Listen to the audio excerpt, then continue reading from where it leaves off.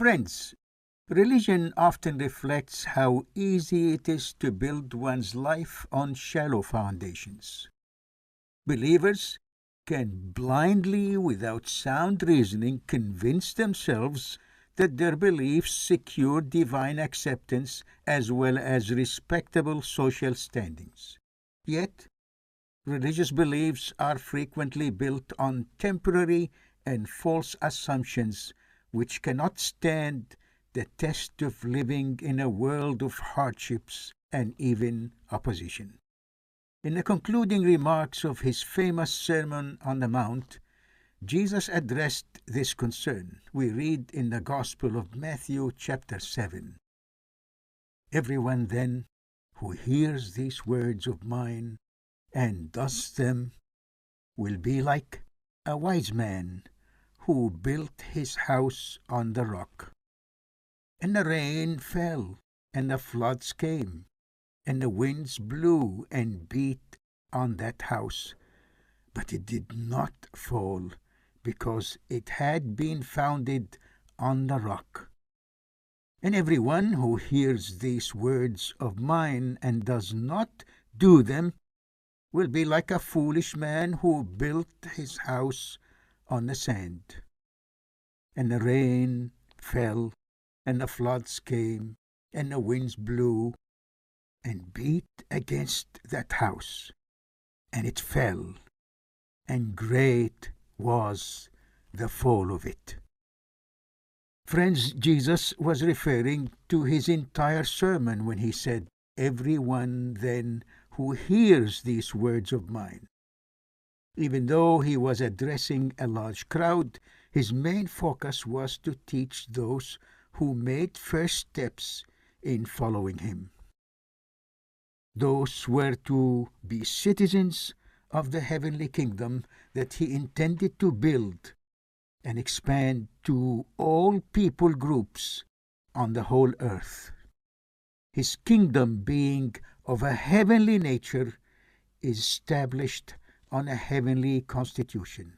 His entire Sermon on the Mount represented the constitutional foundation of his heavenly kingdom on earth. Friends, large crowds followed Jesus from one place to another. They were impressed by his miraculous power and wanted to see more. Many saw his healing and came to observe more miracles of physical healing. Some brought sick loved ones or friends for Jesus to heal. On one occasion, many followed him for a long time and were needing to be fed.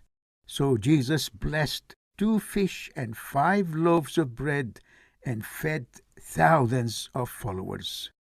It seems that some came back for another miraculous free meal. There were also more sophisticated listeners to Jesus' teaching. Those were able to discern and come to conclusions about teachers of the Scriptures. The chapter concludes by describing the reaction of such people to Jesus' teaching.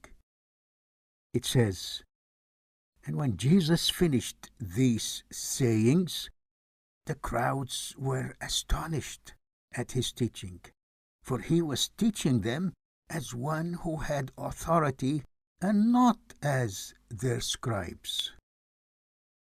Friends, still Jesus' reaction showed that even these did not build relationship with him and his heavenly kingdom on a solid, lasting foundation. Jesus' parable at the end of the Sermon on the Mount is very practical.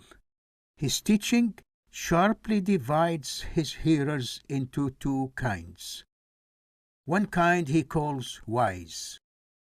These are like those who sensibly build their homes on solid foundations. In those days, before the use of steel and mortar, the most solid foundation was built on rock. Houses built on rock stand firm in the face of the harsh elements of nature, such as strong winds and heavy rains. The other kind of hearers of Jesus' teaching he calls foolish. These are like builders who lack sensibility and good judgment. Their buildings are on the most unreliable of foundations. They build on sandy lands. Let us notice Jesus' very expressive description about the end of their houses. And the rain fell, and the floods came, and the winds blew and beat against that house, and it fell, and great was the fall of it. Friends, the lesson of Jesus' parable is so beautifully simple and clear. It was true that his teaching attracted large numbers of listeners. They all heard what he taught, unlike religious teachers and Jewish leaders who had already made up their minds to oppose and reject whatever Jesus did or said.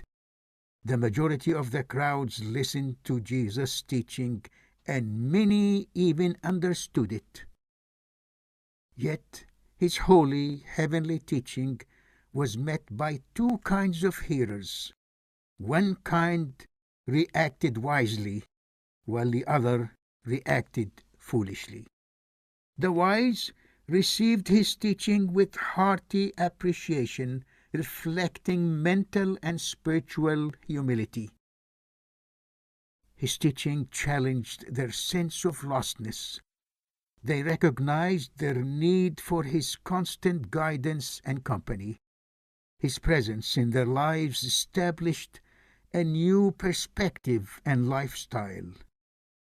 Their lives began to reflect what he taught and how he lived. The foolish merely admired the beautiful words and the concepts they heard. Jesus' profound teaching threatened their world and life views and threatened their selfish and self-centered lifestyles. They were too self-absorbed and too proud to allow his teaching to take root in their own lives. Instead of sensing a genuine need for Jesus' presence in their lives, his self-giving love and holiness threatened their narrow and short-sighted convictions and self-centered ways of life. Friends, this is exactly how people react to Jesus' teaching today. One can hardly find a single person with reason to dislike his unique and heavenly teaching. In fact, there is almost universal agreement that Jesus' teaching represents the most desirable moral ideals. Even those with different religious or non-religious convictions cannot but admit that Jesus' life as recorded in the Gospel speaks of unparalleled goodness, graciousness, and self-giving love. Yet, most do not recognize their need to humbly commit to follow him.